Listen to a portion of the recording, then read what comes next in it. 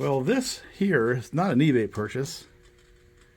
It's one of my Olin auction purchases.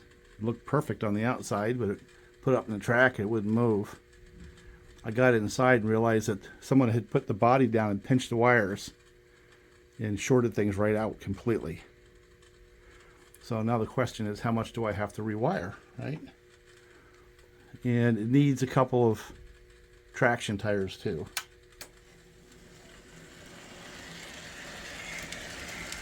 But we got good bones.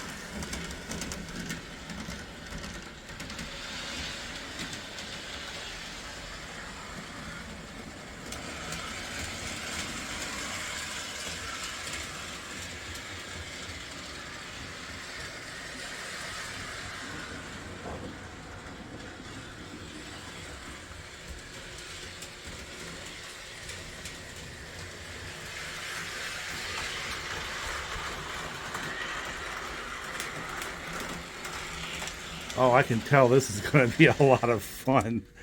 A couple of things you may notice, this is truly articulated in the sense that each one of these trucks right here is an independent beast. And I'm not the first person to be in this thing, obviously. This guy here was put on wrong too. So I had to redo that. It was jammed up pretty tight. So I just want to do a lap and see it go again.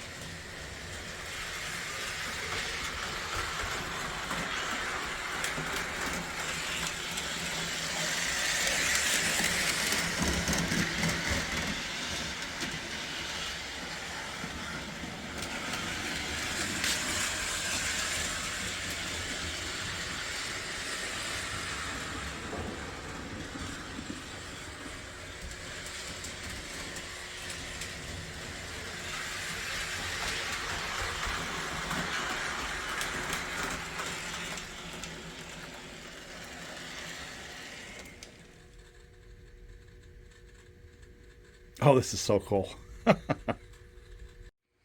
And this is without traction tires. You know?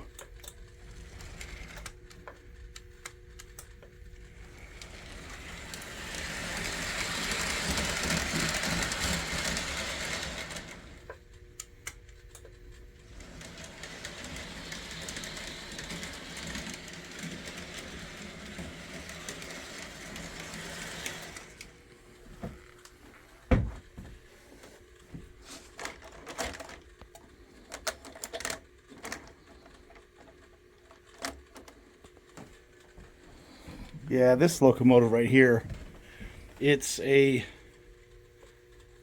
C&O, Chesapeake and Ohio, supposedly a 2666.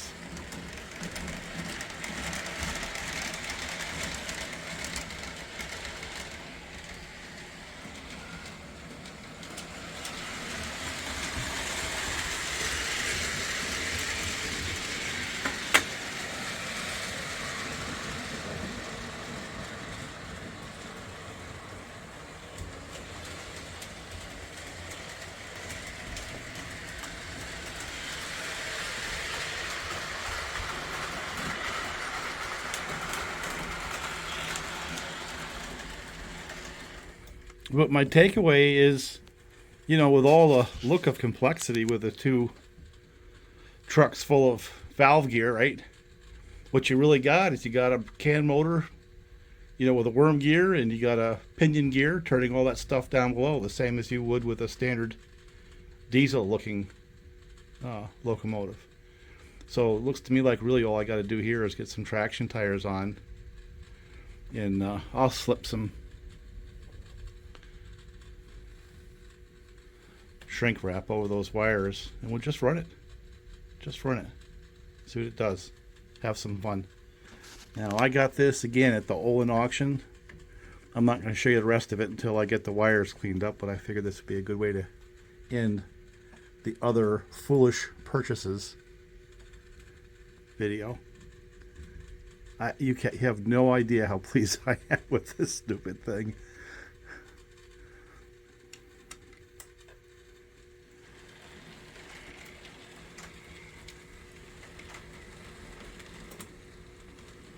I got one of the valve gears still a little bit out,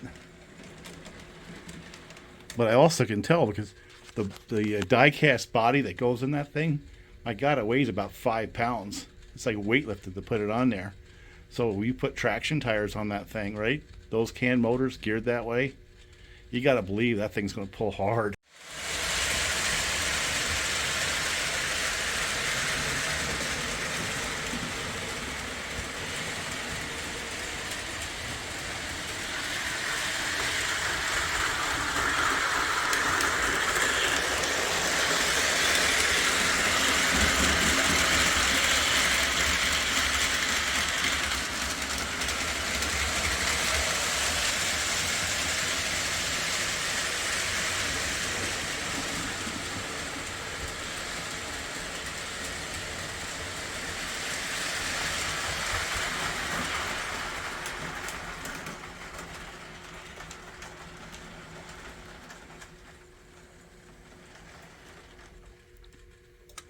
That's so cool.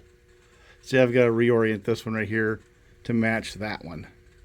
So it's got to drop down another 90 degrees in order to run smooth. So anyway, I think that's a wrap.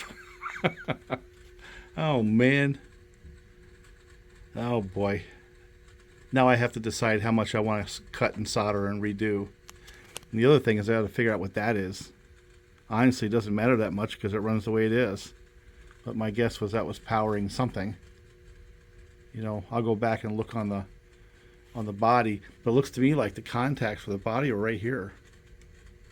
That's what was powering the body. So, anyway, learning. These can motors, they work good. They're really not all that expensive to replace. You know? So, yet again, these modern locomotives with that can motor type driveline are pretty simple.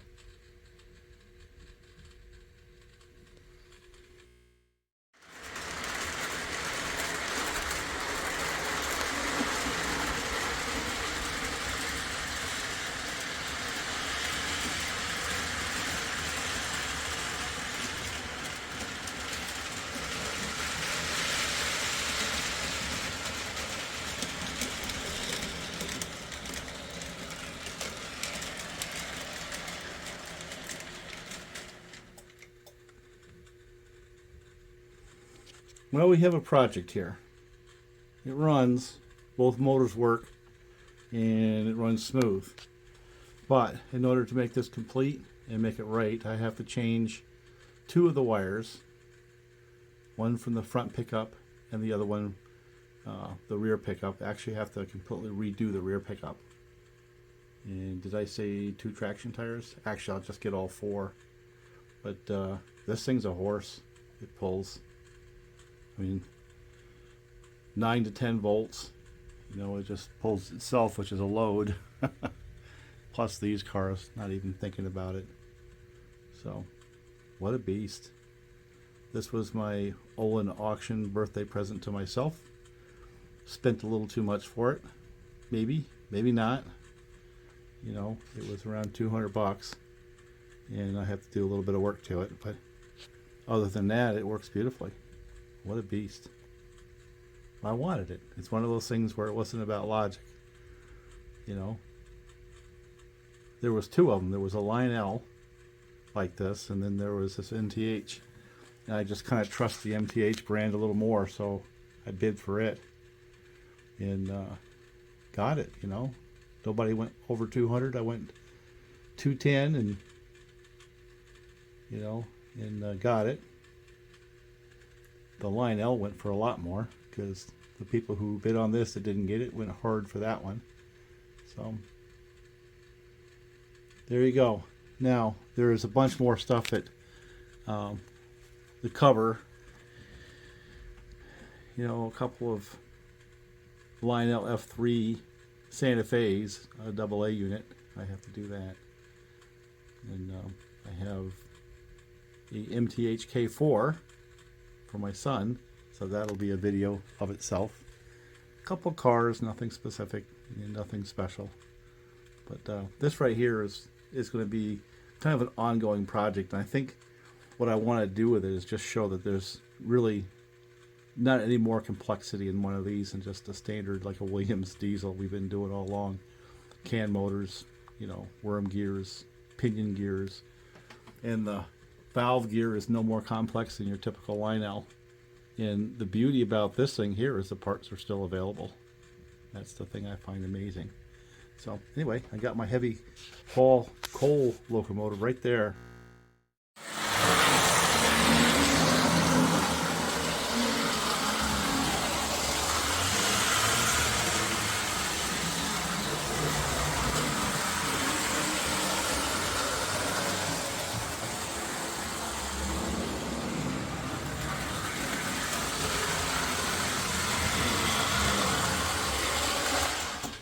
Yep. Gotta shim the track over there a little bit.